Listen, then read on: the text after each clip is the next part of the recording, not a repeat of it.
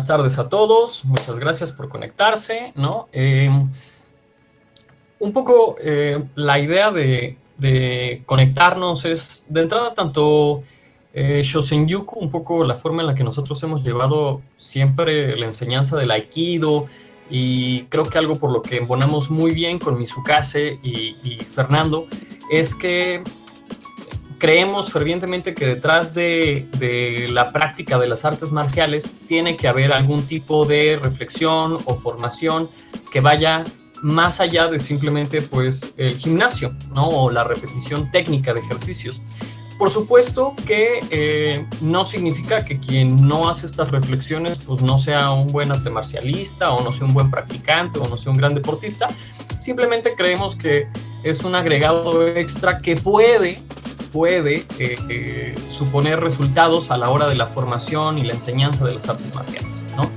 En ese sentido, justamente yo prefiero un poco la exposición que voy a hacer es más que todo una especie de excusa para que detonemos un debate sobre de cuál es el papel de las artes marciales modernas en el día cotidiano, en la actualidad. No estoy buscando estrictamente darles una respuesta, ¿no? No es mi intención darles una respuesta a las preguntas que vamos a poner en la mesa, sino más que todo despertar en ustedes el propio camino, ¿no? En ese sentido, por favor, siéntanse en la libertad como de intervenir cuando quieran, porque me siento así como un poquito extraño de estar hablando sin poderlos ver ni escuchar. Es un poco, ¿no? Como que siento que no sé a qué chingados le estoy hablando en realidad, ¿no? Entonces me siento un poco loco. Entonces, los que quieran y puedan poner sus cámaras, pues creo que no cargan, no pasa nada, aunque no tengan el audio, pero sí prefiero ver sus expresiones en algunos casos, ¿no? Ok, entonces, ¿de dónde voy a empezar un poco? Bueno, de entrada, cuando practicaba yo Aikido, cuando estábamos más jóvenes, el internet, y me duele decir esto porque yo no estoy tan viejo, en realidad yo nada más tengo 32 años, ¿no? Me duele decir esto, pero pues la verdad es que la información que nos llegaba respecto a artes marciales nos llegaba por películas, unas revistas culeras que se llamaban así como Artes Marciales y solamente eran de gordos con chacos así en las portadas, ¿no? Mostrando así posiciones con el tigre photoshopeado atrás, estaban horribles.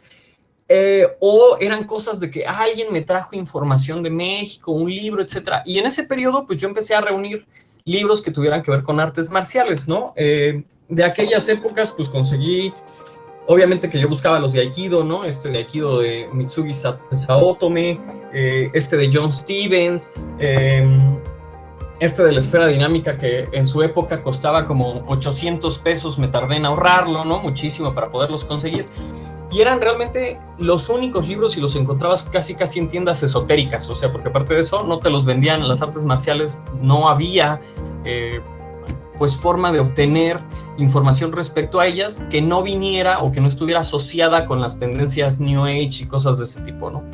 Dentro de los libros que pude obtener de aquella época, tal vez el mejor, yo creo que es el mejor, es que se llama Secretos de los Samuráis, pero en realidad el título está bastante chafa, el libro es muy bueno.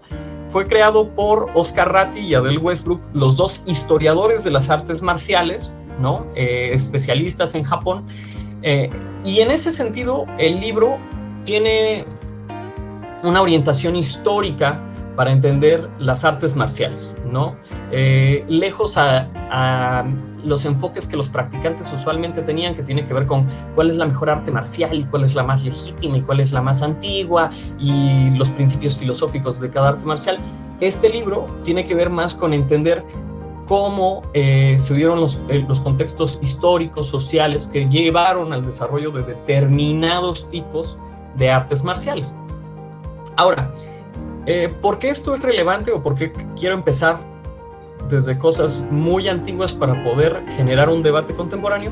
Bueno, porque la historia nos muestra que cuando le prestamos suficiente atención vemos que hay procesos que se repiten o elementos que es necesario tomar en cuenta para verdaderamente a largo plazo entender hacia dónde nos estamos desarrollando. Entonces, de entrada, siempre hemos tenido un problema en las artes marciales conceptualizando, mejor dicho, de entrada, ¿qué son artes marciales, ¿no? Las artes marciales si somos muy estrictos, pues marcial es un término derivado, ¿sí?, del latín, que está asociado a Marte, al dios de la guerra Marte, ¿no?, que era el dios de la guerra romano. Y bueno, pues entonces las artes marciales, artes en el sentido estricto del desarrollo o sofisticación de una técnica hasta niveles de maestría, pues eran todos los conocimientos asociados alrededor de el ejército y la guerra, ¿no? Estrictamente, de cómo ganar una guerra, ¿no? Y eso, bueno, es una cantidad de conocimiento enorme que va desde el conocimiento alrededor de cómo estructurar una fortificación o cómo generar canales para llevar insumos hasta las tropas, hasta los frentes, ¿no? Entonces, en ese sentido, pues tenemos un espectro enorme de cosas cuando hablamos de artes marciales. Ya es bastante difícil como considerar a qué nos referimos. Y no solo eso, sino que todavía se vuelve más complejo cuando se piensa que a lo mejor no solamente las clases guerreras desarrollaron conocimiento respecto a lo que tenía que ver con la guerra, sino que también hubo otro tipo de grupos sociales que generaron técnicas o conocimientos para la batalla, ¿no? Y que pueden ser incluso, pues, hasta los granjeros, ¿no? Y eso es una discusión importante. En ese sentido, algunos historiadores entonces empiezan a tener problemas con, bueno, ¿qué es lo que estamos analizando realmente? ¿Cómo estamos analizando el tema?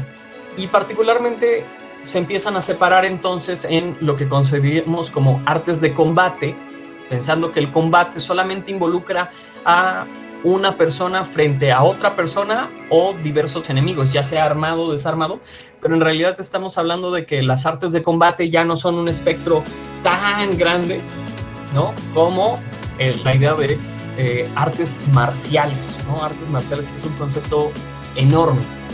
Y en ese sentido, en Japón la traducción es bastante similar, porque en realidad el término de artes marciales en Japón se traduce como bujutsu. Jutsu ya lo saben, ¿no? Así, porque los que han visto anime lo saben, ¿no? Jutsu es técnica, ¿no? Simple y sencillamente significa técnica, y entonces cualquier cosa que implique un desarrollo técnico o un conocimiento técnico, pues es jutsu, ¿no? Un conocimiento, estrictamente hablando. Y bu es lo que consideraríamos marcial. Bu es una acepción que alude en Japón o en japonés a todo lo relacionado con la clase militar. De hecho, la clase militar japonesa es considerada bushins, ¿no? Entonces, hay que tener en cuenta que de lo que vamos a estar hablando de ahora en adelante está asociado más a las artes de combate que estrictamente a los términos de artes marciales, como algo muy en general, ¿no? Ahora, las artes de combate, por supuesto que son un derivado o son un elemento clave al interior de las artes marciales. Las artes marciales están interesadas en ganar la guerra y por ende están interesadas en ser capaces de capacitar tropas, ¿ok?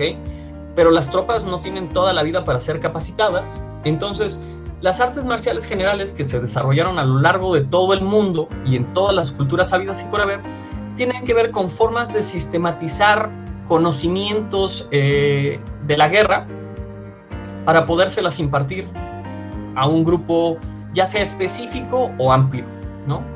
Y dentro de esos dos elementos es que vemos que hay artes o técnicas de combate mucho más sofisticados que otros, ¿no?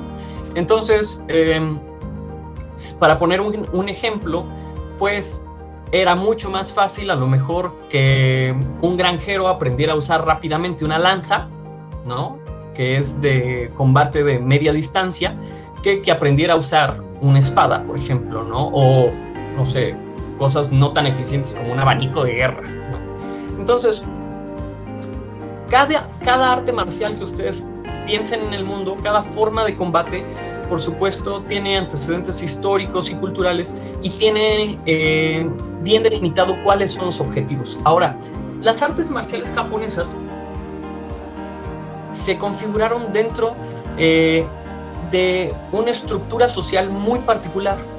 Para entender Japón, ¿no?, y para entender la historia japonesa, hay que entender la organización del clan. Japón no se puede entender si no entendemos los clanes. Los clanes son formas de organización bien particulares en donde hay una cabeza que le hereda, ¿no?, el poder a sus hijos, ¿no? Se va heredando el poder generacionalmente. El clan es representado por algún símbolo o tótem, ¿no? El clan usualmente se distingue a sí mismo de otros clanes, tiende a tener un territorio, a defender ese territorio. Entonces, Japón no se puede entender en toda su estructura si no entendemos que su organización social más antigua históricamente fue el clan y que duró muchísimos siglos. Realmente estamos hablando hasta el siglo XIX, todavía se podía estructurar en clanes, y hasta el día de hoy vemos la herencia de todos esos clanes en la forma en la que se heredan muchísimas cosas. Entonces, no es de extrañar que estos clanes que tenían que defender territorios, que tenían que mantener sus territorios, o ya sea para extenderlos o para no permitir a otras tropas entrar, se preocuparan por entonces desarrollar escuelas, ¿sí?, donde pudieran enseñar a sus clases guerreras a continuar, ¿no?, defendiendo el territorio, pero también enseñar a lo mejor a los campesinos a lidiar batallas, ¿no? Entonces, cuando hablamos de los clanes en Japón, pues estamos hablando casi desde, me parece, el 70 después de Cristo, ¿no? O sea, estamos hablando, para que ustedes lo vean, realmente de hace 2000 años de historia, ¿no? Y los clanes, por supuesto, dan nacimiento posteriormente a un periodo en Japón en el que se empiezan a tener conflictos serios entre distintos clanes que tratan, aunque hay un emperador, tratan de adueñarse de la mayor parte territorial, tienen sus propias tropas, enseñan a sus propias tropas. Entonces, cuando hablamos de la sistematización de este tipo de educación, hablamos de lo que se llama los ryus, ¿no? Un ryu es una escuela, o una tradición, o una enseñanza, ¿no? Ustedes habrán oído también, gracias al anime o películas, que todo es la famosísima técnica de Muso Shinden Ryu, ¿no? Entonces es así como, ¿qué significa eso? Que es una técnica o una serie de conocimientos que provienen de una escuela particular, ¿no? Entonces, Ryu es una escuela. A partir del siglo XI, ya en lo que se le llaman las crónicas del periodo Edo, ya vemos que ya los historiadores empiezan a contabilizar un montón de ryus distintos. Los propios clanes mandan a sus bushins, a sus clases guerreras, porque aparte de eso no es como que cualquiera simple y sencillamente decía, yo mañana quiero volverme un guerrero, sino que también era una cuestión hereditaria. El Japón de clanes está muy jerarquizado socialmente. Esta idea de él nació como un campesino y luego se convirtió en un gran guerrero, sí podía llegar a suceder, pero eran los casos más extraños. Esos eran casos que tenían que ver con un hombre que a través de su habilidad en la guerra fue ascendiendo de grados hasta que se le dio la posición de bushin, pero en realidad era bastante complicado. Y una vez llegado el periodo Tokugawa, que es en 1600, pues eso ya es casi imposible que suceda, ¿no? Entonces, del periodo del siglo, particularmente desde el siglo IX hasta el siglo XVII, que es cuando entra el periodo Tokugawa, tenemos un periodo muy álgido en Japón, en donde literalmente todos los clanes están en guerra con todos, se alían unos con otros, empiezan a batallar, y entonces en este ambiente de guerra, pues ¿qué creen que florece? Pues florece toda la industria, no sé si industria es la palabra correcta, florece toda la estructura de educación marcial. Y entonces durante este periodo es el periodo más fértil para la educación de las artes marciales japonesas. Hay un desarrollo y avance enorme. Suena feo decir esto, pero pues la mayoría de los grandes avances tecnológicos que tenemos hoy en día se dieron gracias a investigaciones militares que posteriormente fueron usadas para la vida civil, pero al parecer nada motiva más al hombre a sofisticar sus conocimientos que la guerra, ¿no? Por alguna razón Cuando tenemos paz no somos personas muy creativas, y cuando tenemos guerra estamos pensando en cómo hacer que no nos maten y matar a los otros más rápido, y entonces le invertimos un montón de dinero, estructura, personal, tiempo a desarrollar estas habilidades. Entonces hay que tener en cuenta que cuando hablamos de estos ryus y este periodo, vemos una diversificación gigantesca de escuelas y conocimientos, y estos conocimientos van desde el esgrima, ¿no?, que tiene que ver con el uso de la espada, hasta el uso del arco, la equitación, pero incluso también vemos dentro de las propias crónicas que hay un montón de escuelas que están especializadas, por ejemplo, en natación, ¿no? Entonces, ¿por qué es importante entender que los ryus no solamente tenían que ver directamente con la pelea de combate cuerpo a cuerpo, sino porque todavía hay esta visión de las artes marciales generales en donde la formación de un guerrero, ¿qué se espera de un guerrero? Se espera que un guerrero sepa usar un montón de armas distintas, y se espera que tenga la capacidad mental para lidiar con cualquier evento bélico con ecuanimidad, cualquier evento peligroso con ecuanimidad. ¿Qué quiere decir esto? Que tenga capacidades mentales para tomar la decisión idónea, ¿no?, en el momento de peligro. Y no solo eso, si ustedes leen, por ejemplo, libros como Los 5 Anillos de Musashi, pues específicamente Musashi todavía está dentro de este periodo en donde te dice, si un guerrero tiene predilección por un arma sobre de otra, está en desventaja, porque el día que no tenga esa arma en el campo de batalla, pues va a tener que usar lo que pueda recoger, y si lo que tiene que recoger es una lanza, pues tiene que usar la lanza, y si se tiene que subir un caballo, tiene que subirse al caballo, ¿no? Y si tiene que usar un arco, pues más le vale que funcione, que sepa tirar con el arco, ¿no? Entonces, las escuelas tienen especializaciones, los ryus tienen especializaciones y se vuelven famosas durante este periodo por esas especializaciones, pero en general los programas educativos que están generando, por lo que los historiadores nos dicen, es que buscan crear guerreros hipercompletos, ¿no? Guerreros que la puedan armar en donde sea y que tengan la actitud mental para mantenerse ecuánimes, como decimos. En este sentido, el sistema de grado no funcionaba como funcionan hoy en día las artes marciales. Casi todas las artes marciales japonesas hoy en día tienen lo que se le llaman danes, pero en aquella época tenían un sistema que se le llamaba Menkyo. Menkyo es el nombre del sistema por el cual se daban los grados, y en realidad no había grados como tal. Menkyo era una certificación que otorgaba el sensei de un ryu, la máxima cabeza de un ryu, para decir, ok, parcialmente le hemos enseñado a esta persona a usar la espada, a usar la lanza, a usar tal cosa dentro de tal sistema, ¿no? O de plano, algo que era mucho más raro, pero que también llegó a pesar, era lo que se le llama Mokuroku, ¿no? Y Mokuroku es un certificado que está diciendo, este tipo está hipercapacitado, le hemos enseñado todo lo que le podíamos enseñar para poder sobre de nuestra escuela, ¿no?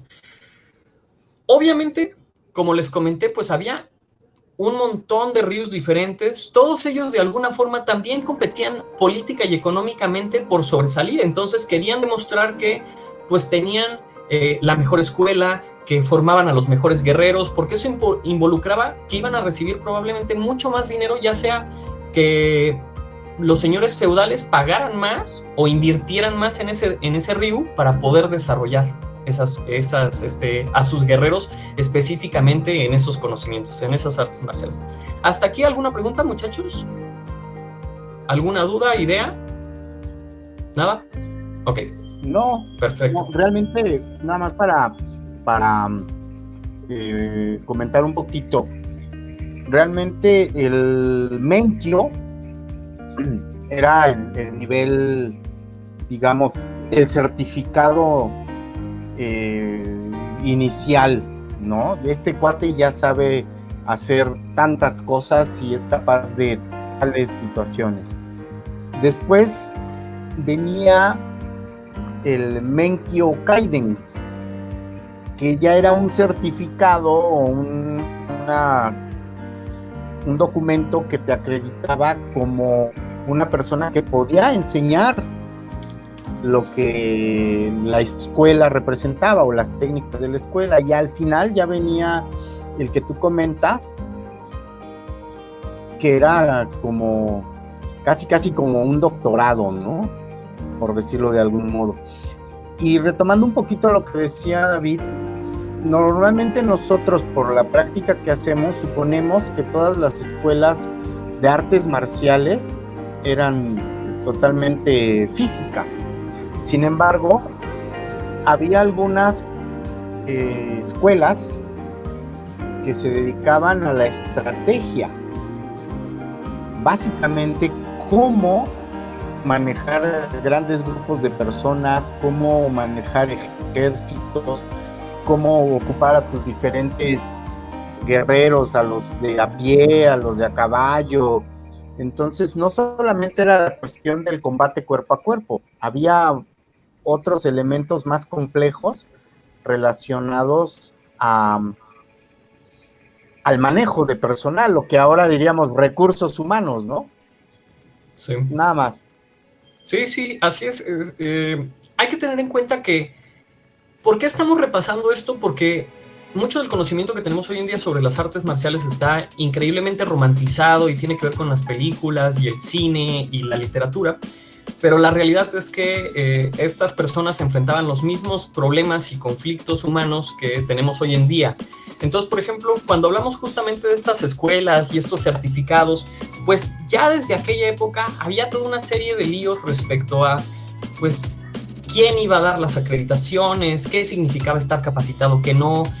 Las escuelas, al menos se identifican 6 tipos de ryus distintos en el Japón de esa época, que van desde las escuelas que hereditariamente ellos mismos fueron desarrollando un conocimiento y entonces el líder de la cabeza y quien te acredita siempre tiene que ser de la familia, hasta las instituciones independientes en donde llegaban distintos maestros acreditados, ¿no? Y gracias a que alguien pagaba el clan, pues no tenían un estilo particular, simplemente creaban una escuela, ¿no? Estas son, pues, usualmente las más raras. Entonces, esto es interesante de tener en cuenta, porque incluso hasta el día de hoy tenemos un montón de practicantes de artes marciales que les encanta decir así como, mi escuela es la original, la mía es la mera buena, ¿no? La mía es la acreditada, la mía es... Y la realidad es que, pues, si ves el Japón del siglo XVI, ¿no? Del siglo XV, pues es lo mismo, ¿no? Teníamos un montón de escuelas peleando por ver quién podía ganar más seguidores. Ahora, lo interesante de esto es que los programas usualmente dentro de estas escuelas, como yo les decía, tenían esta visión de crear a un guerrero generalizado, pero eso también era una idea, pues, utópica, porque al final y al cabo, por más que te enseñaran un montón de armas distintas, uno al final desarrollaba cierta predilección por un arma, ¿no? Pues a lo mejor sabes que a mí como que la lanza no me gusta, pero la espada me gusta más, o yo soy súper buen arquero, entonces ¿para qué chingados me estoy perdiendo el tiempo con esto? Y no solo eso, normalmente un programa dentro de, cuando se estudian los programas de estas escuelas, implicaba al menos 2 factores que podemos llamar como las habilidades duras o técnicas, que tenían que ver con la postura, los desplazamientos, el ataque, el contraataque, la defensa, el ritmo, el uso de las armas adecuadas, su mantenimiento, y también las habilidades blandas que podríamos considerar como la intuición, la fuerza de voluntad, ¿no? Las cualidades del guerrero en términos de cómo debo de responder mentalmente a la agresión. Ahora, lo chistoso de este periodo es que las escuelas que le ponían más atención a las cuestiones técnicas le tiraban mierda a las escuelas que le ponían más atención a las cuestiones mentales y filosóficas, y las escuelas mentales y filosóficas le tiraban más mierda a las escuelas técnicas. O sea, no ha cambiado absolutamente nada, ¿no? La forma en la que las artes marciales se tratan ahora a como se trataban en el siglo XIV respecto a las discusiones, excepto que está muy documentado que pues normalmente estas disputas sí se arreglaban a madrazos en aquella época, o sea, salían tal cual los dojos y se iban a partir la madre con el otro dojo, ¿no? Pues para demostrar que pues tu programa era mucho mejor. Ahora, ¿qué sucede con este periodo en el que las artes marciales se expanden así como brutalmente? Bueno, antes de entrar, a eso, hay otro factor clave que es heredado de la idea de los clanes, que va dentro de las artes marciales que conocemos hoy en día. Una de ellas tiene que ver esa jerarquización en donde el sensei es, el gran maestro es intocable, ¿no? Él es el maestro de maestros, y si él hereda el poder a su hijo, no importa que su hijo no tenga la habilidad del maestro que tenía el padre, no importa, es innegable que él puede heredar eso, ¿no? Eso es algo chistoso porque hasta el día de hoy, aunque ya no vivimos en una sociedad de clanes, dentro de muchísimos dojos de artes marciales todavía seguimos viendo como esta estructura en donde el sensei es intocable, ¿no? Intocable, así. No solo eso, a lo mejor ya no es tan bueno, o a lo mejor es un idiota en otros aspectos de su vida, pero no importa, porque él es el gran maestro, ¿no? Y la estructura está bien marcada, y entonces tú tienes a los estudiantes antiguos, y tienes a los nuevos, y los nuevos no pueden hablar con los antiguos, ¿no? ¿Por qué? Porque en los clanes así funcionaba. En un clan hay una jerarquía bien marcada, y en el siglo XII, pues, eran indudables, ¿no? Y no había movilidad social dentro del clan, era muy difícil, a menos de que asesinaran a alguien, ¿no? La otra cosa que se repite reiteradamente en las artes marciales, pero que tiene que ver con algo que pasa en todo Japón, es que desde que tú entrabas a un arte marcial, a un dojo, ¿no? Tú tenías que firmar que estabas de acuerdo con mantener los secretos del dojo, ¿no? Todo era secreto, todo era secreto. Lo chistoso es que eso no pasa solo en artes marciales en Japón, sino que en todo lo que hicieras, en cualquier tipo de técnica artesanal, si tú entrabas a ser el pupilo de alguien, a aprender una técnica, todo tenía que ver con secretos, ¿no? Y entonces tú tienes así como lo que se le llama hiden, que son tradiciones secretas, hijutsu, que son artes secretas, yokugis, que son como misterios interiores, que tiene que ver con esta formación mental, ¿no? Y los métodos para llegar a la formación mental.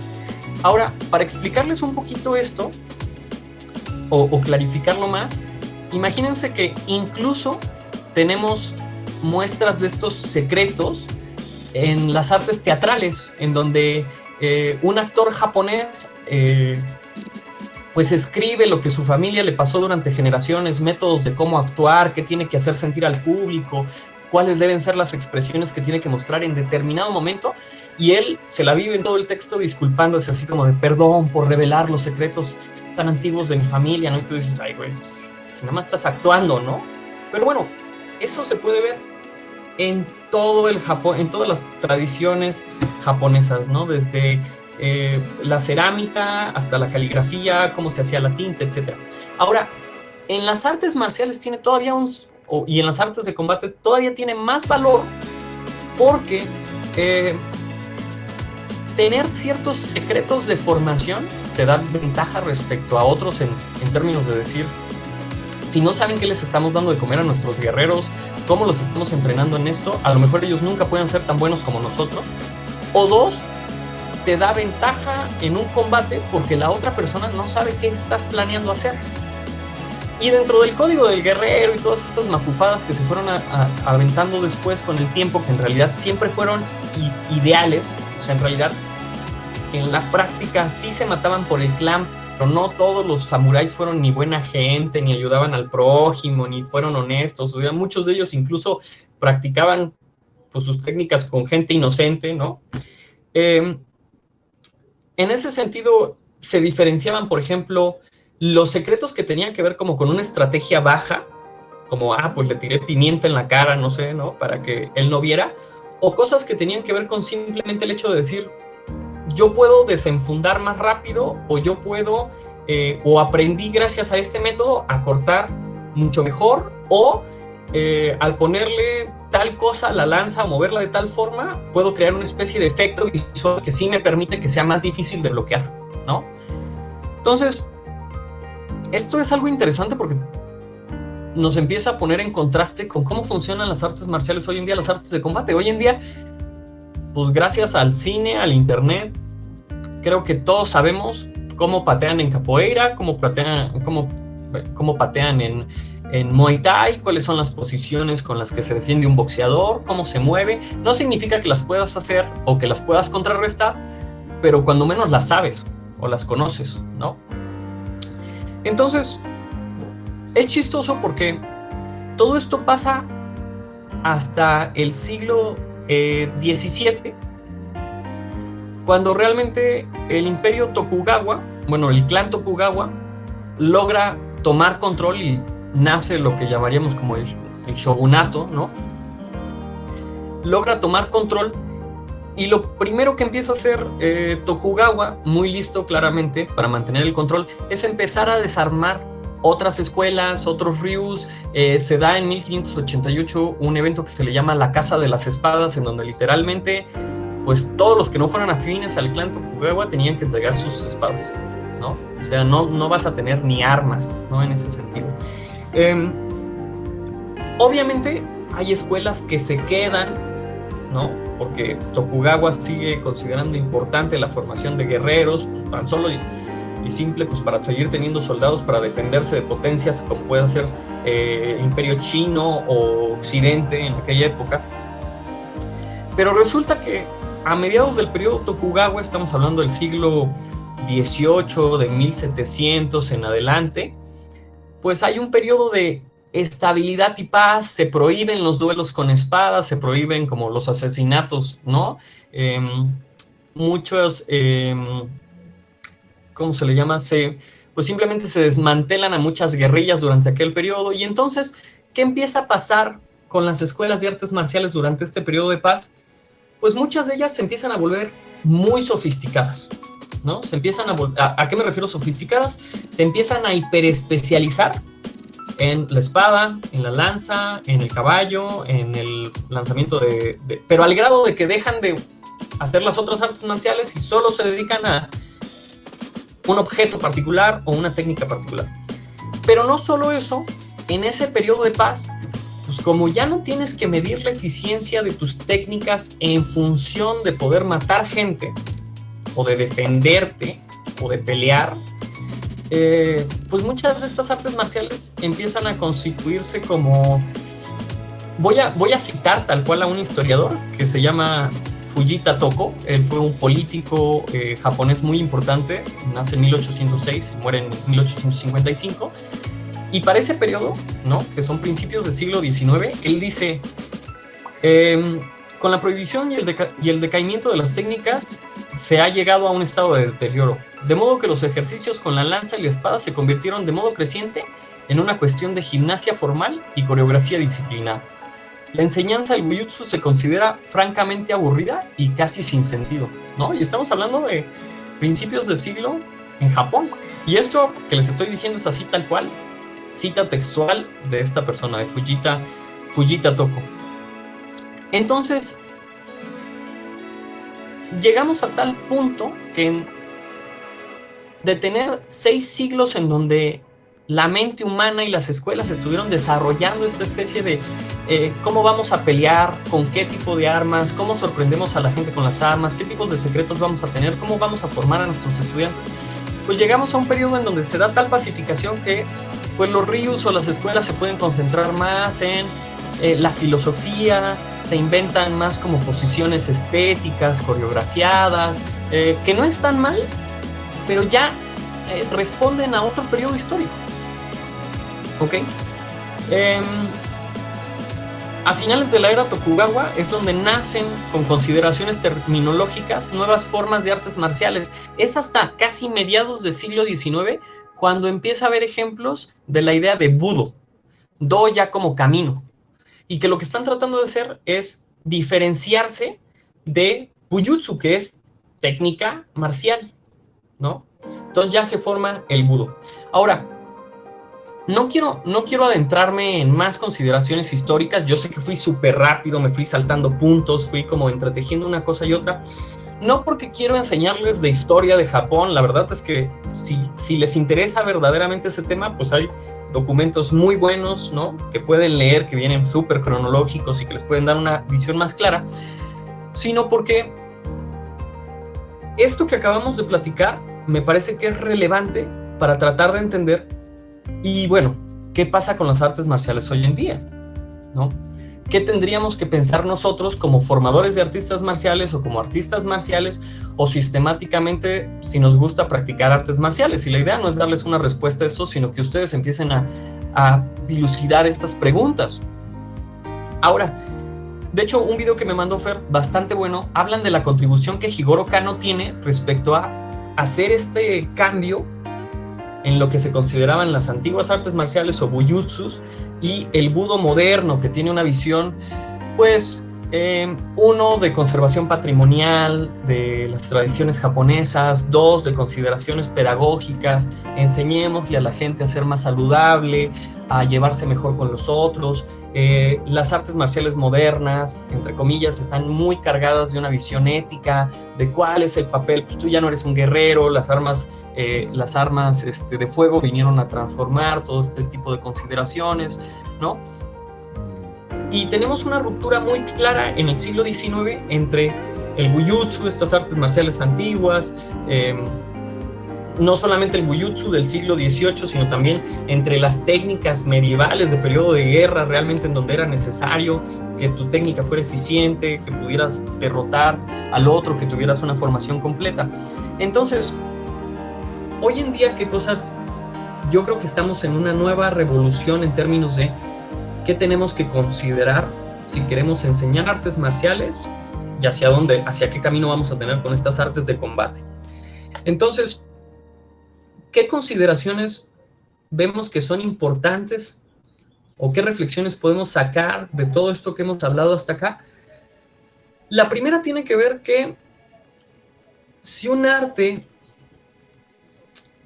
hablamos de artes todavía, tenemos que hablar de que estamos buscando sofisticar una técnica o llevarla a un alto grado de sofisticación, de conocimiento, porque eso es un arte.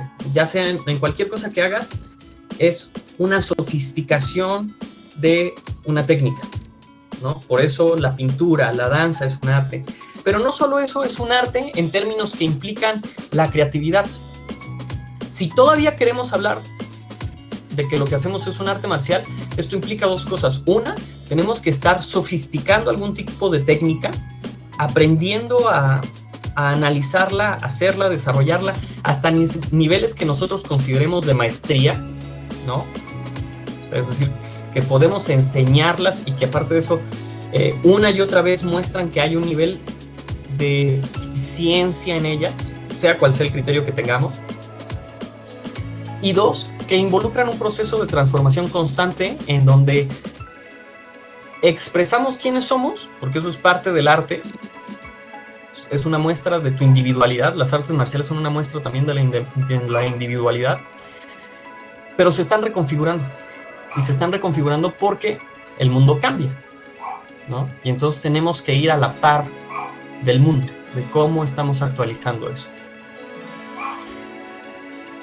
No obstante, dentro de estas dos cosas hay que tener en cuenta, uno, que pues, como bien decíamos, las armas cambiaron absolutamente todo, las armas de fuego cambiaron todo. Entonces, las artes de combate hoy en día están, si somos muy, muy honestos con nosotros mismos, para los practicantes de artes marciales, el objetivo final, lo que demuestra que estás cumpliendo con el nivel de eficiencia que el arte de combate tiene que llevar, es uno, porque somos buenos deportistas, porque nace el deporte y entonces hay una especie de tecnificación y normatividad de cómo llevar a cabo estas pruebas, ¿no?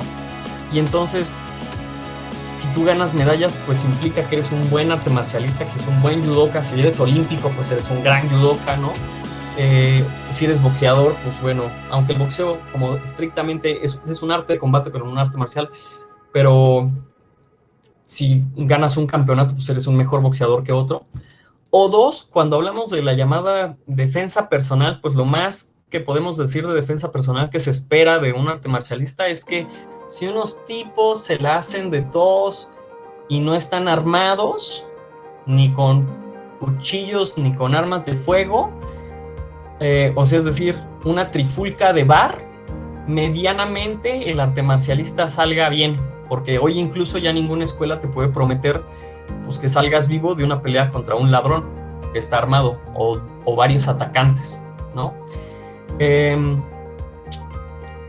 Y por otro lado, yo nunca me termino de creer como del todo esta idea de las artes marciales de hablar sobre el acondicionamiento físico, porque si somos muy, muy, muy fieles a hablar del acondicionamiento físico, pues Yo creo que hoy en día la danza contemporánea, un experto en danza contemporánea a veces tiene mejor capacidad física que los artes marcialistas que conozco, ¿no?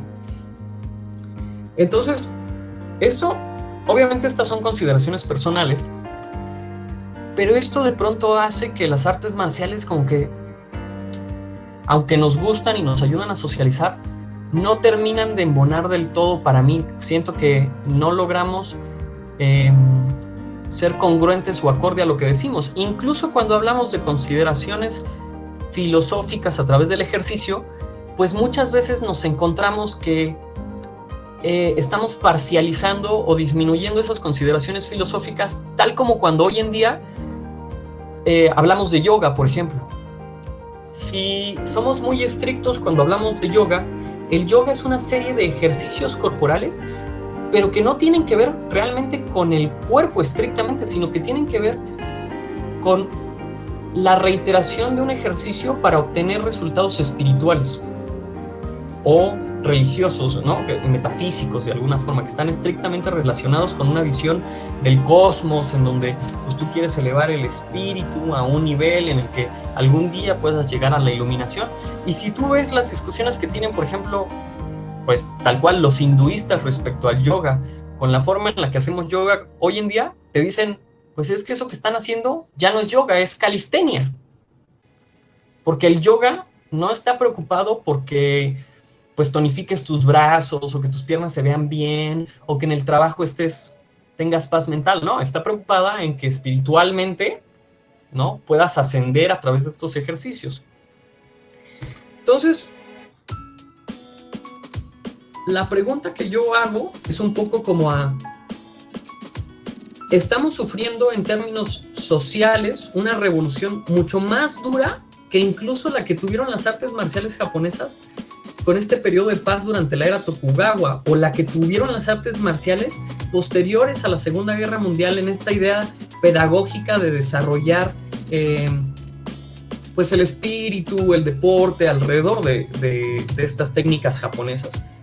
Hoy en día, gracias a los deportes como la UFC, como las películas, como incluso los rendimientos que el deporte hoy en día da, nos tienen que hacernos preguntarnos si nuestros programas de formación o nuestros objetivos dentro de estas formaciones son todavía las adecuadas o no.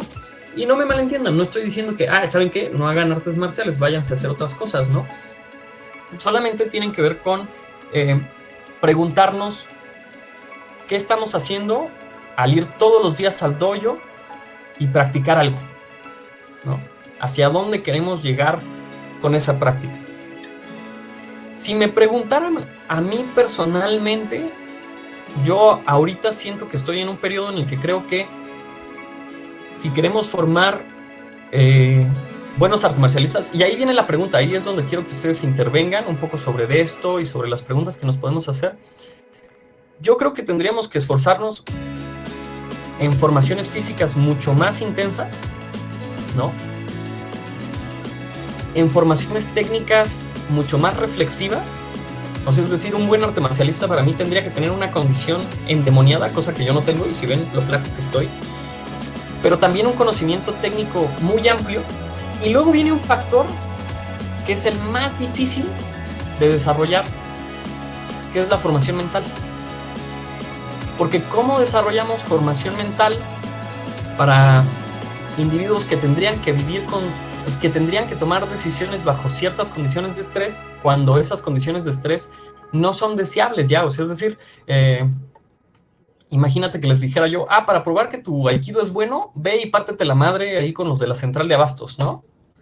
O sea, eso no tendría sentido, ¿no? Y por supuesto, tiene que haber una formación ética. Y la formación ética tiene que preguntarse por todas estas cosas. ¿Por qué hacemos lo que hacemos? ¿Y por qué lo hacemos como lo hacemos? ¿Cuál es el fin de todo esto? Ok, muchachos, entonces, hasta acá quería yo llegar, ¿no? Y ahora me gustaría ver cómo, pues, ¿qué pueden ustedes sacar de estas consideraciones? ¿Y qué creen que valdría la pena, entonces, integrar a una a sus propias formaciones como arte marcialistas o hacia dónde querrían llevar esas formaciones, ¿no? ¿Qué esperan de ellas? Pues les dejo la palabra, muchachos.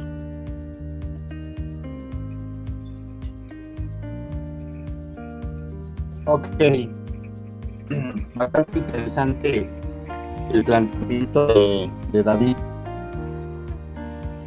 Y eso nos pone en una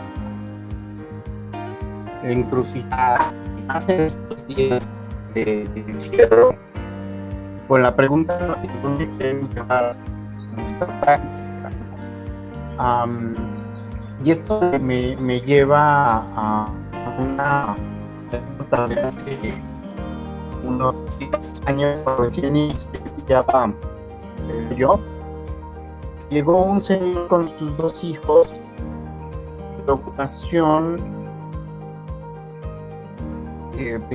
¿cuánto tiempo les iba a llevar convertirse en cinturón negro? Uno. Y la otra, ¿cuánto dinero iba a gastar para convertirse en cinturón negro de judo? 2 preguntas que contesté de la manera menos política, pero a lo mejor más acertada en ese momento. Estamos hablando de hace 6 años. Entonces yo decía al señor que no dependía del tiempo, 6 meses, o 2 años, o 7 años, o 15 años. Y tampoco dependía de la cantidad de que fuera a pagar. Digo, porque al final, para obtener un cinturón negro, pues nos podemos meter a Mercado Libre o a Amazon, y hay unos muy padres y te cuestan desde 500 pesos hasta 4,000 pesos si lo quieres desear, y se solucionó el problema del cinturón. Entonces el señor se quedó pensando un rato y me dijo que bueno, que como no sabía exactamente qué tiempo le iba a llevar a sus hijos, pues que iba a buscar otra opción donde tuviera la certeza de saber cuánto tiempo y cuánto dinero, ¿no?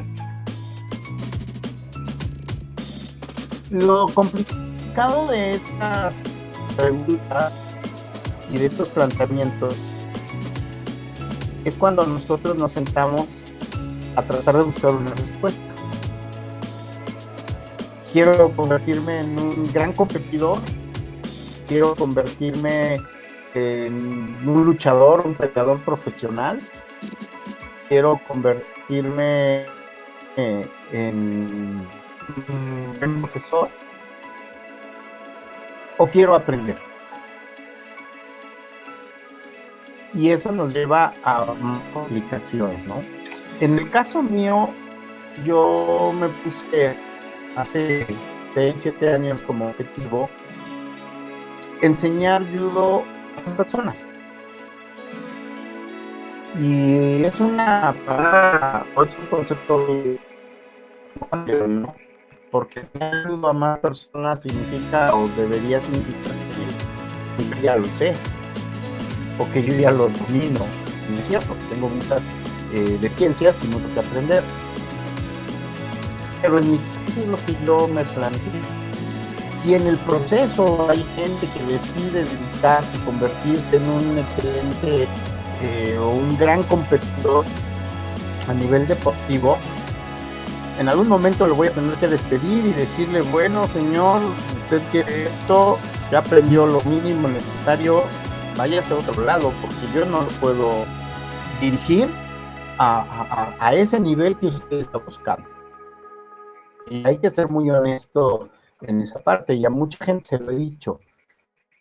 Incluso siempre cuando llega alguien nuevo, siempre tengo una plática tanto informal para ver o tratar de ver qué es lo que busca, ¿no?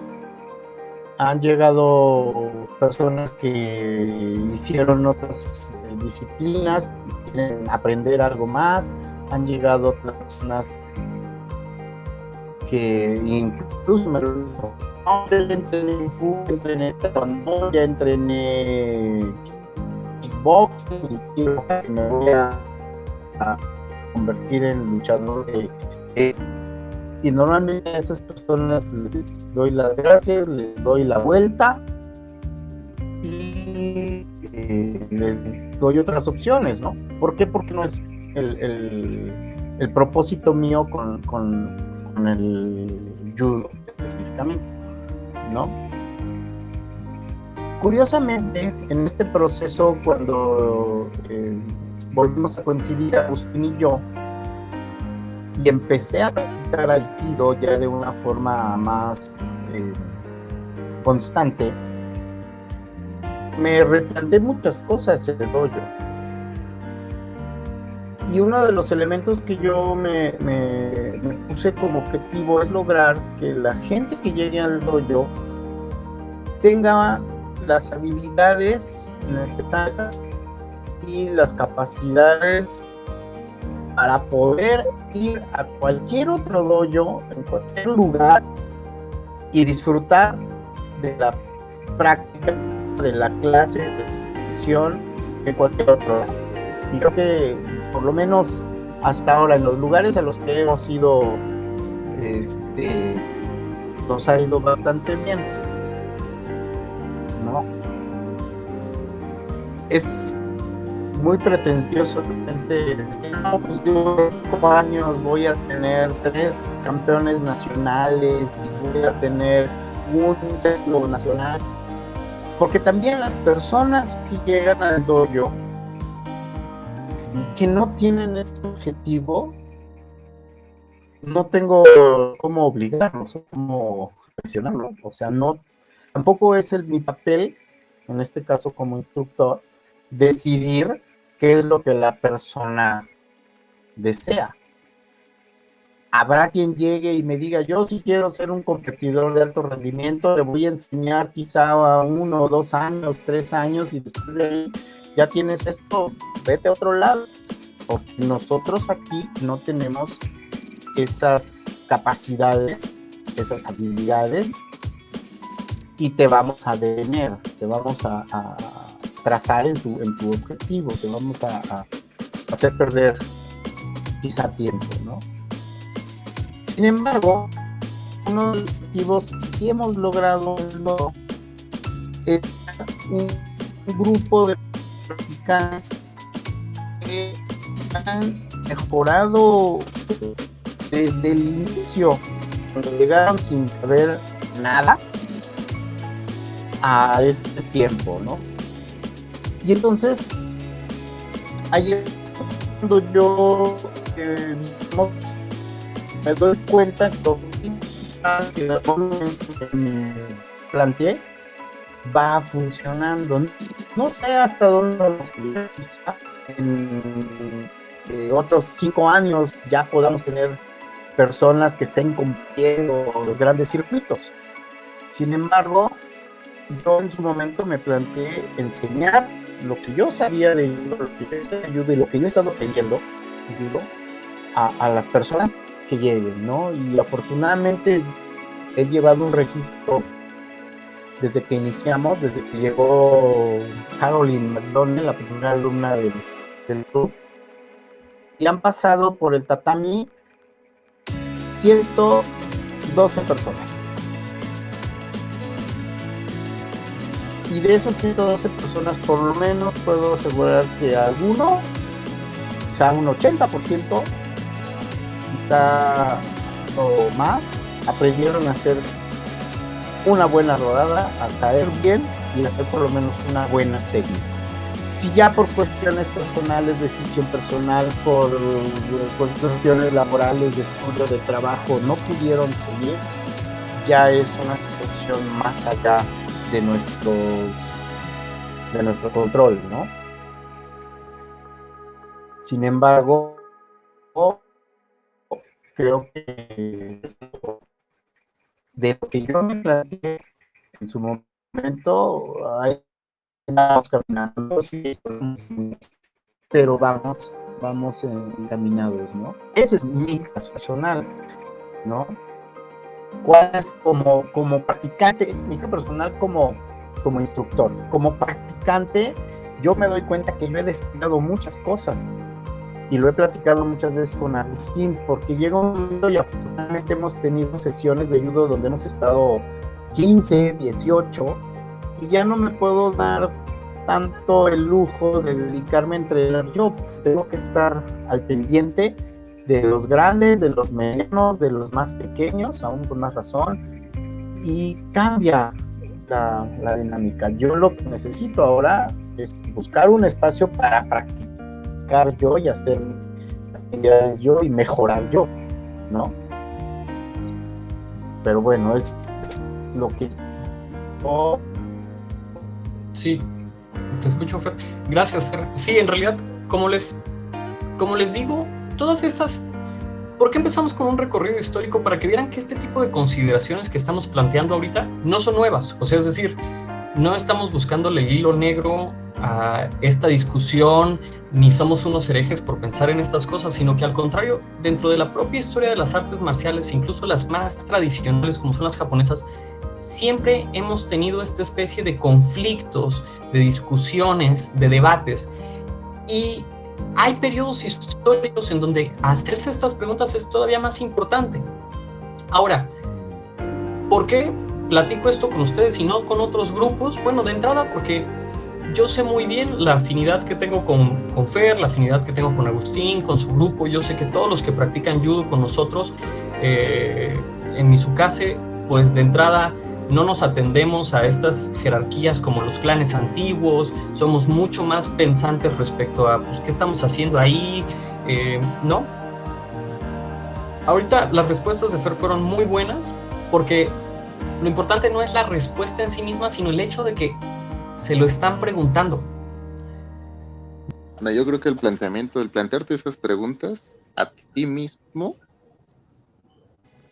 pues te ayuda precisamente a no llegar a decepcionarte, porque ya sabes por qué estás ahí y cuál es el objetivo que tienes.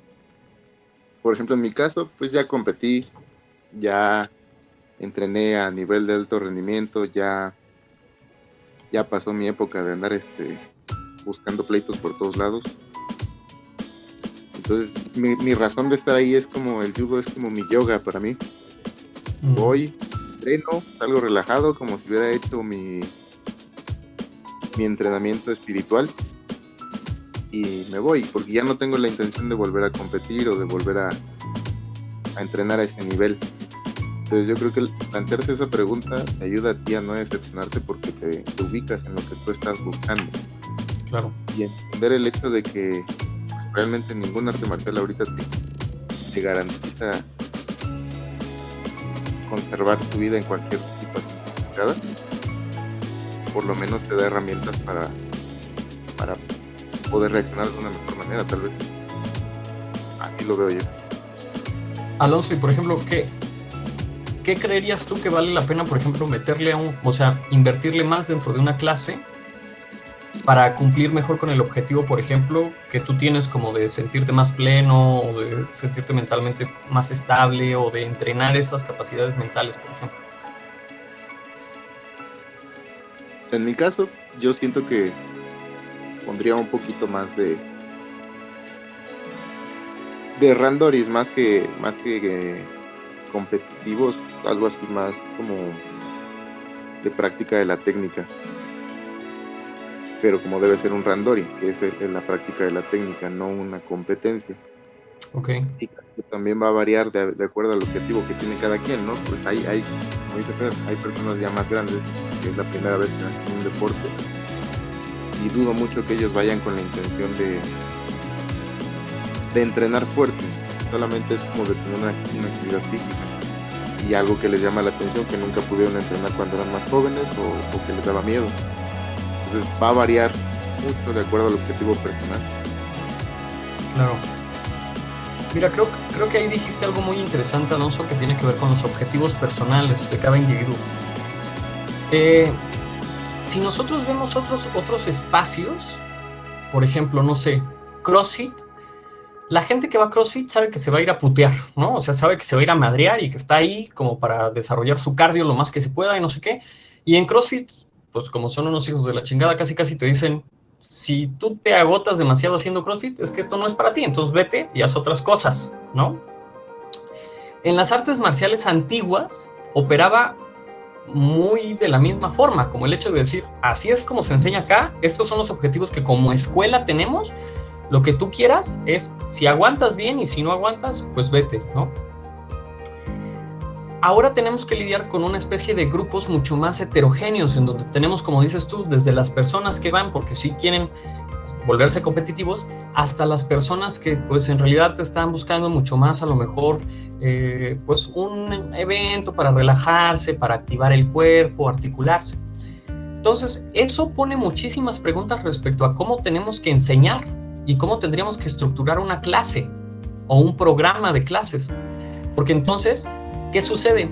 Que al final, a lo mejor estamos estancando a algunos para cumplir sus objetivos dentro de sus propios criterios, o le estamos poniendo demasiado peso a ciertas cosas. Por ejemplo, eso sucedía mucho con niños. El día que tienes niños en una clase o que estás entrenando con niños, pues los niños vienen a condicionar toda la clase, ¿no? Y entonces a lo mejor tú venías con ganas de, pues, como moverte más, activar, pero como hay niños, pues tienes que ser muy suavecito y todo súper frágil y todo súper lindo.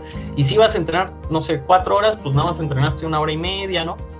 Entonces, aunque no lo pareciera, esto pone preguntas muy importantes respecto a cómo estructuramos entonces una clase, ¿no?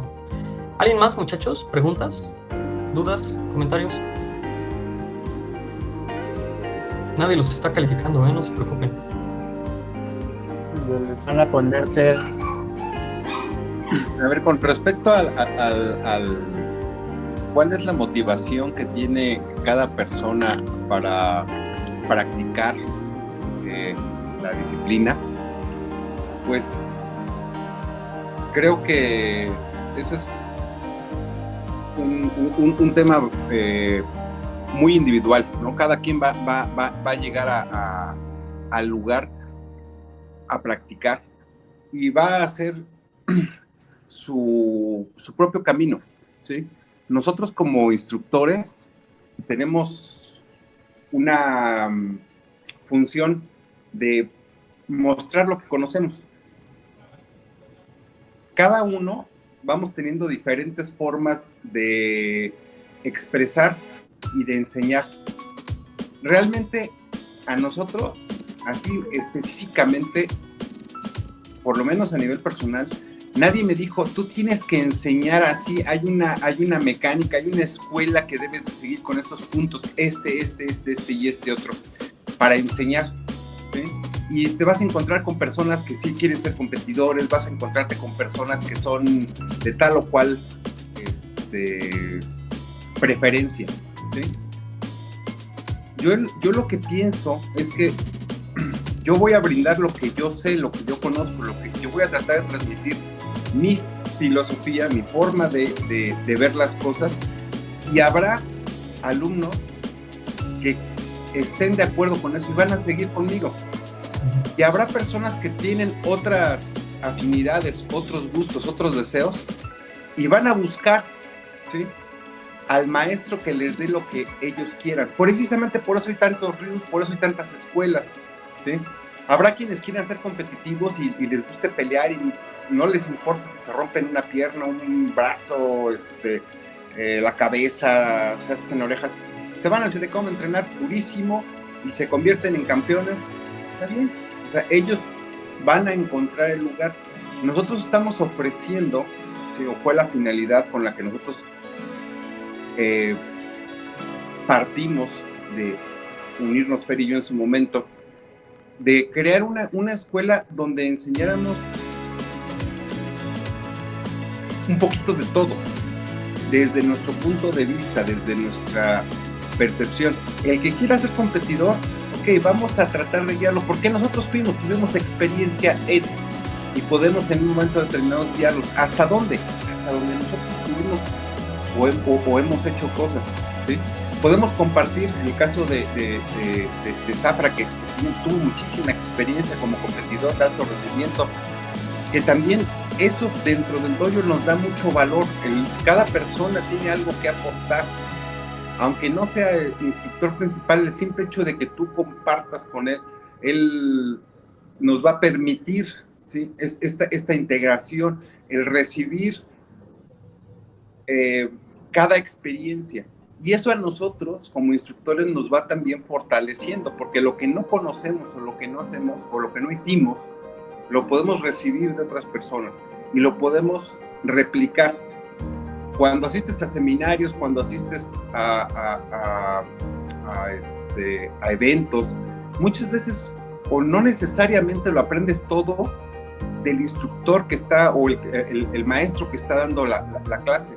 Generalmente, en lo personal, yo he aprendido muchísimo más de mis compañeros, de los detalles de la técnica, cuando ellos lo hacen, cómo te explican, y no necesariamente lo aprendes de un maestro como tal, sino de la misma integración que tiene el dojo. Por eso la escuela es importante, la diversidad que va teniendo. Nosotros como instructores, lo que vamos haciendo es, dentro de nuestra capacidad, dentro de nuestro conocimiento, con nuestra ideología, con nuestra forma de pensar, creamos un camino que consideramos que es el adecuado, pero cada quien va a ir tomando el suyo, y nosotros podemos también ir ampliando nuestro camino.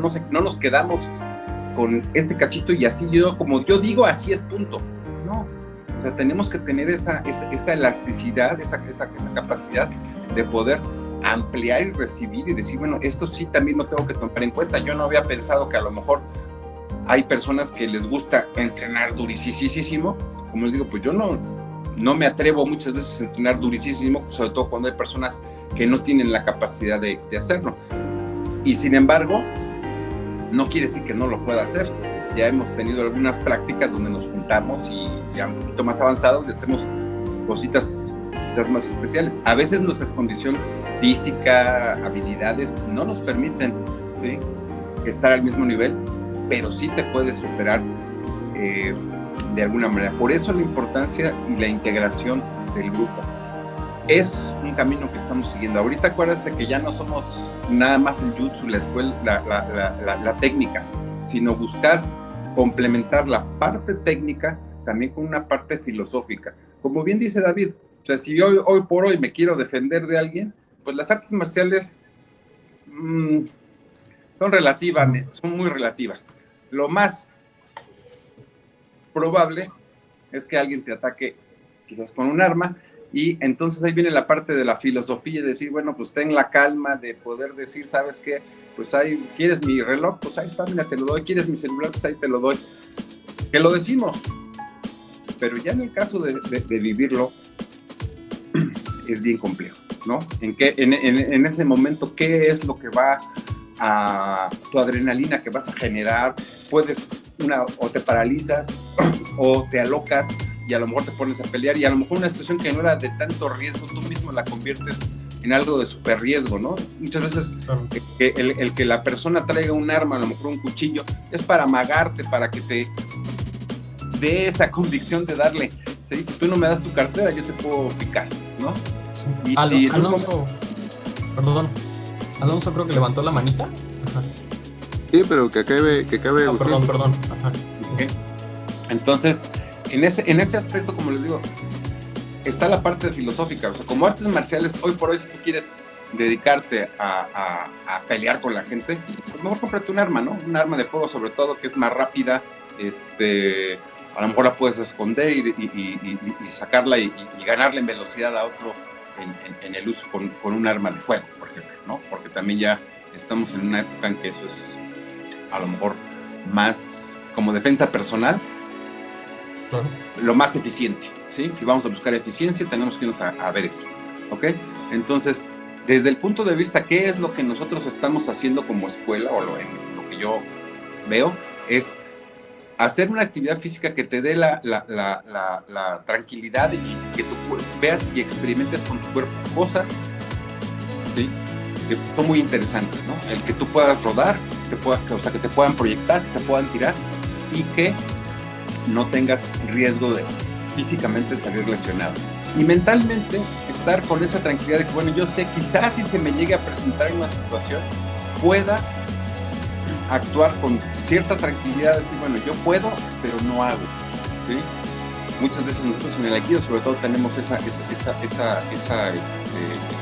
idea, ¿no? Puedo hacerlo, no lo hago, me detengo. ¿Por qué? Porque trae consecuencias. Lo que yo haga va a traer una consecuencia. Si hay un inicio de una pelea y yo reacciono de manera agresiva, pues lo más seguro es que vaya creciendo y va a ser algo mucho más conflictivo. Y si yo lastimo a alguien, pues trae una consecuencia, ¿sí? Al rato van a decir, no, pues como tú sabes algo de artes marciales, pues es como si tú traes una ventaja y se equipara con un arma blanca, y entonces tú cometiste un delito al defenderte, ¿sí? Hasta inclusive con los delincuentes, o sea, tú agarras y te están amagando, lo lastimas, le rompes el brazo, y resulta que tú tienes que pagarle su brazo al señor que te quiso robar, ¿no? Porque también vivimos en una sociedad que tiene una serie de reglas que debemos de conservar. Ya no es como en la época feudal, como tú lo comentabas, pues de que siempre decían, yo como soy militar, como tengo rango, como tengo grado, soy samurái, entonces puedo acabar con la vida de alguien y no voy a tener ninguna consecuencia. Hoy por hoy las cosas son muy diferentes en ese aspecto, ¿ok? Bueno, dejamos que sigan platicando porque yo me explayo, entonces... Alonso. Solo quería agregar algo a lo que estaba diciendo Agustín, que pues parte de lo que a mí me ha hecho permanecer en Mitsukasa Judo Club es el hecho de que la flexibilidad que tiene de aceptar de que participe gente de otras disciplinas de forma, ahora sí, multidisciplinaria, porque al final todos aprenden de todos. Sí hay un sensei, sí hay una parte que pone orden dentro del dojo, pero permite que todos aprendan de todos y nadie es menos, nadie es más. Sí prevalece la parte de la autoridad del sensei para mantener el control dentro del área, pero le permite esa posibilidad de aprender de todo. Claro, miren, en realidad en todas las respuestas y comentarios, y esto es algo que en realidad me da muchísimo gusto y ya sabía yo que así iba a ser, es que a lo mejor no nos damos lo suficientemente cuenta, pero los modelos de educación que se están planteando a través de Mitsukase, de Shosenjuku, en esta especie de alianza que se hizo aquí en Oaxaca, en realidad a mí personalmente me parece que plantean una transformación en muchas formas o en muchas maneras en las que tradicionalmente se enseñan estas artes de combate. Por supuesto, esto tiene beneficios en términos de que nos damos cuenta que trabajamos en un modelo, como bien decías, hay un sensei que pone orden, pero ya no estamos jerarquizados en términos de clanes, lo cual es, en mi caso, pues parece ser que tenemos como una visión muy equilibrada respecto a, pues, que todas estas expresiones son valiosas, que pueden insertarse, que sus voces son importantes. Ahora, ¿por qué me parece súper clave hacernos estas preguntas? Porque como bien dice Agustín, y como bien dices Alonso, y como bien dice Fer, pues también va a haber cosas en las que cojeamos, ¿no? Como institución, en esta formación completa que estamos haciendo. Y estas cosas que cojeamos no es porque sean cosas malas, sino porque cada vez que se realiza una transformación de cualquier tipo de sistema de enseñanza o programa o estructura ideológica, pues vamos a darle nacimiento a nuevos problemas, ¿no? Entonces, en realidad, esta charla yo sé que no podría estarla teniendo y estas preguntas en ningún otro dojo, con ninguna otra persona. O sea, sería muy, muy complicado llegar a otro lugar y poder hacer este tipo de discusiones. ¿Alguien más, muchachos?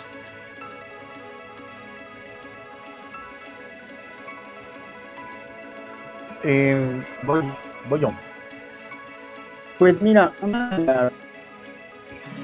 de los objetivos iniciales o de las ideas que fueron surgiendo, sobre todo en el primer año, cuando estuve trabajando, cuando inicié, era aprender de la gente que llegara, ¿no? Nos faltan muchas cosas por realizar, pero afortunadamente hemos tenido muy buenos elementos y compañeros y amigos ahora en el dojo que nos han enseñado cosas. Quizá muchos de ellos no se dan cuenta, pero todos aprenden y todos se convierten, en algún momento se convierten en la guía, muchas veces en guía involuntaria o en el ídolo o en la persona con la que nos identificamos para aprender. Yo creo que todos en su momento decidieron practicar, o como decimos, jalar más con tal o con cual compañero, porque veían habilidades diferentes, porque veían quizá caracteres similares al nuestro, porque había una manera específica de identificación con aquella persona que incluso que se volvió como una imagen a seguir. Ahorita me acuerdo mucho en los últimos meses, sobre todo lo que fue enero, febrero, por ejemplo de Uriel, que de repente Uriel empezó a observar mucho a Víctor y empezó a replicar la forma en que entrenaba a Víctor, que practicaba a Víctor, y empezó a hacer muchas técnicas aprendidas, por decirlo de algún modo, al estilo de Víctor. Yo creo que todos lo hemos hecho en algún momento de nuestro aprendizaje. A lo que voy es que esta forma nos ha permitido tener diversos estilos o diversas maneras de aprender judo y que se van actualizando. Hace unos meses, todavía antes de no sé, creo que fue en noviembre, no me acuerdo, que estuvieron haciendo Pedro y Alonso Randori, después de varias sesiones anteriores, en varios meses, durante mucho tiempo, Pedro encontró y descifró de algún modo cómo limitar alguna técnica de Alonso, ¿no? Hasta que logró hacer una contratécnica. Eso nos permite el crecimiento. Y también tenemos que tomar en cuenta, hay algo que es muy importante, que tenemos gente que llegó de Taekwondo, que tenemos gente que llegó de Karate-Do, que tenemos gente que llegó de Jiu-Jitsu. El mismo Alonso ha practicado Jiu-Jitsu, lucha. Está Tim, que nos enseñó muchas cosas y nos ha permitido practicar de una manera diferente. Tenemos todo el trabajo con Agustín y del Aikido, ¿no? Y eso crea una dinámica mucho más divertida, una dinámica más rica a la hora de la práctica, ¿no? Y regresando un poquito al planteamiento inicial, creo que ese es un buen punto a tomar en cuenta como el objetivo o la visión que tenemos como escuela, como dojo ahora, como asociación civil, que ya pasamos a ese punto, y en el cual no mantuvimos, a propósito, Agustín y yo lo practicamos, el asunto de Mizukase Escuela de Aikido o Mizukase Escuela de Judo, sino Budo Yuku como una escuela de artes marciales, una escuela que englobe muchas cosas, aunque no somos especialistas en diferentes cosas, pero sí ha llegado gente que tiene experiencia en otras disciplinas, y eso nos permite en algún momento, y queremos que esto suceda en algún momento, crear como diferentes ramas, ¿no? Que esté la gente de Shosenjuku, de Oaxaca, que esté la gente de Mizukase Judo, que a lo mejor abramos una sección de Jiu-Jitsu, a lo mejor alguien llega y tenemos, por ejemplo, karatecas, ¿no? Está, bueno, ya Álvaro ya se fue, ya tiene meses que está en Toluca. Bueno, pero Álvaro es karate, cinturón negro. Está Adrián en el istmo, dijeran, también que él es Shodan en karate. O sea, la idea es crear un centro multidisciplinario, ¿no? Pero que no sean los de allá y los de judo y los de aikido y los de jiu-jitsu y los de... que podamos juntar todas esas experiencias para la práctica, ¿no? Habrá quien decida, bueno, lo mío es más judo, pero pues aprendí a hacer cosas de aikido y también sé cómo dar una buena patada y también sé cómo luchar en el piso. Y yo soy de aikido, pero los de taekwondo me enseñaron cómo dar una buena patada circular y Claro. vamos, hacer como entre nosotros mismos ir cubriendo aquellos espacios, aquellos huecos que tenemos por la disciplina que hemos practicado, ¿no? Claro. Esa es la idea que yo tengo a mediano y largo plazo. Miren, la verdad es que justamente eso que acaba de decir Fer, era un poco a lo que quería yo llegar con todo esto, ¿no? A veces justamente porque estamos entrenando todo el tiempo y no pensamos en estas cosas, no nos damos cuenta de qué tan profundo intelectualmente a veces se arraigan las formas en las que nosotros configuramos las prácticas o desarrollamos ciertas cosas. Si se dan cuenta, en lo que ha ido formando Fer y Agustín, hay una discusión, aunque nunca tengan que, no necesariamente tengas que verbalizarlo, es una discusión que se ve en las formas de estructuración del dojo, ¿ok? De cómo funciona.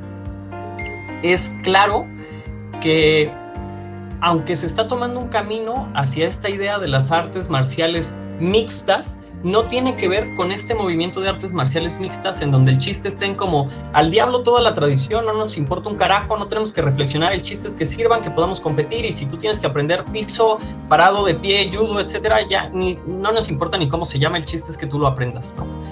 Aquí por el otro lado hay una reflexión seria respecto a, bueno, ¿cuál es el lugar de las artes marciales hoy en día? ¿Cuál es el lugar de las artes de combate? ¿Qué clase de gente va a venir a entrenar con nosotros? ¿Qué tan lejos queremos llevar? ¿Qué tanto vamos a respetar o no la tradición? ¿Va a haber una tradición que se respete? ¿Le vamos a seguir poniendo nombres? ¿Los vamos a simplemente aislar, a categorizar, o se van a integrar todos? Esta plática, digo, un poco, yo creo que para ir concluyendo, porque ya llevamos como 2 horas acá, muchachos, y yo sé que los demás tienen vida, ¿no? Realmente yo quería llegar hasta estos puntos. Algunos de ustedes, por supuesto, solamente asisten, no son formadores todavía, pero ya sea como practicante o como formador, yo creo que cualquier persona que disfrute de esto y no se esté haciendo estas preguntas, pues en realidad está mucho más limitado a desarrollarse, ¿no? Ya sea mentalmente, que uno diga, bueno, las artes marciales son un escape para mí, o sea, competitivamente, o sea, porque quieres ser un madreador callejero, ¿no? Si no te haces estas preguntas, te vas a limitar. Y porque yo creo que detrás de todo esto, al final y al cabo, la palabra arte sigue siendo estricta en términos de lo que hacemos, y sigue habiendo un arte porque seguimos sofisticando una técnica y seguimos preguntándonos cómo adaptarla a la actualidad, y seguimos usándola como una forma de expresión individual. Entonces, ahorita estas preguntas y estas discusiones de 2 horas, pues a lo mejor para algunos de ustedes tal vez no tengan sentido, pero después de que lleves otros 10 años practicando, o 20 años, o en 25 años se los estés enseñando a tus nietos, yo qué sé, ¿no? Pues a lo mejor son preguntas que te vas tarde o temprano a hacer, porque al final y al cabo, pues si uno va, es como cuando vas a trabajar a un lugar, ¿no? Y si vas a trabajar diario 1 año, pues no te preguntas nada, pero cuando ya llevas 5 años trabajando en el mismo sitio, dices, puta, ¿qué estoy haciendo con mi vida? ¿Qué hago acá? ¿Para qué sirve el trabajo? Solo quiero dinero, ¿no? Etcétera. Lo mismo pasa con las artes marciales y el dojo, ¿no? Entonces, pues bueno, muchachos, no sé, ¿alguien quiere acotar algo al final? Ya para que nos vayamos.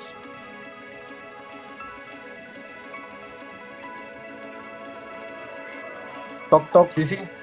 Toc. A ver, alguien para terminar, para que se vayan a hacer los cupcakes.